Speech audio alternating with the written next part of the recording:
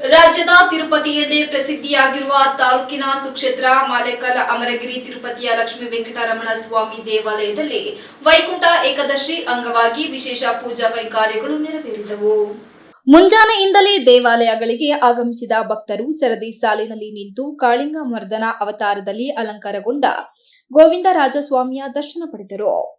ಮತ್ತೆ ಕೆಲ ಭಕ್ತರು ಕಡಿದಾದ ಬೆಟ್ಟವನ್ನೇರಿ ಬೆಟ್ಟದ ಮೇಲೆ ಪದ್ಮಾವತಿ ಸಮೇತರಾಗಿ ನೆಲೆಸಿರುವ ವೆಂಕಟರಮಣ ಸ್ವಾಮಿ ದರ್ಶನ ಪಡೆದು ಪುನೀತರಾದರು. ತಾಲೂಕಿನಿಂದ ಅಷ್ಟೇ ಅಲ್ಲದೆ ರಾಜ್ಯದ ನಾನಾ ಭಾಗಗಳಿಂದ ಆಗಮಿಸಿದ್ದ ಭಕ್ತರು ಲಕ್ಷ್ಮೀ ಸಮೇತರಾದ ಗೋವಿಂದ ಸ್ವಾಮಿ ದರ್ಶನ ಪಡೆದು ದೇವಾಲಯದ ಉತ್ತರ ಭಾಗದಲ್ಲಿ ನಿರ್ಮಿಸಲಾದ ವೈಕುಂಠ ದ್ವಾರದ ಮೂಲಕ ನಿರ್ಗಮಿಸಿದರೆ ಮನದ ಇಷ್ಟಾರ್ಥ ಈಡೇರುತ್ತದೆ ಎಂಬ ನಂಬಿಕೆ ಭಕ್ತರಲ್ಲಿರುವುದರಿಂದ ಶ್ರದ್ಧಾ ಭಕ್ತಿಯೊಂದಿಗೆ ಆಗಮಿಸಿದ ಭಕ್ತರು ವೈಕುಂಠ ದ್ವಾರ ಪ್ರವೇಶಿಸಿ ಪುಳಕಿತರಾದರು. ವೈಕುಂಠ ಏಕಾದಶಿ ಪ್ರಯುಕ್ತ ದೇವಾಲಯದ ಆವರಣದಲ್ಲಿರುವ ಲಕ್ಷ್ಮೀದೇವಿ, ಸೂರ್ಯನಾರಾಯಣ ಸ್ವಾಮಿ, ಆಂಜನೇಯ ಸ್ವಾಮಿ, ಕೆಂಟರಾಯ ಸ್ವಾಮಿ ಹಾಗೂ ಬೆಟ್ಟದ ತಪ್ಪಲಿನಲ್ಲಿರುವ ಗುಂಡಮ್ಮ ದೇವಿಗೆ ವಿಶೇಷ ಅಲಂಕಾರ ಮಾಡಲಾಗಿತ್ತು. ರಾಜ್ಯ ಗೃಹ ನಿರ್ಮಾಣ ಮಂಡಳಿ ಅಧ್ಯಕ್ಷರಾದ ಶಾಸಕ ಕೆಎಂ ಶಿವಲಿಂಗೇಗೌಡರು, ಮುಜರಾಯಿ ಇಲಾಖೆ ಅಧಿಕಾರಿಗಳಾದ ತಹಶೀಲ್ದಾರ್ ಸಂತೋಷ್ ಕುಮಾರ್ ಸೇರಿದಂತೆ ನಾನಾ ರಾಜಕೀಯ ಪಕ್ಷಗಳ ಮುಖಂಡರು, ವಿವಿಧ ಸಂಘಟನೆಗಳ ಪದಾಧಿಕಾರಿಗಳು ಆಗಮಿಸಿ ದೇವರ ದರ್ಶನ ಪಡೆದರು.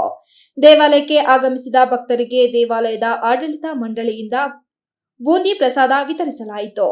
Umesh, GK TV 46 news Kannada, Arsikere.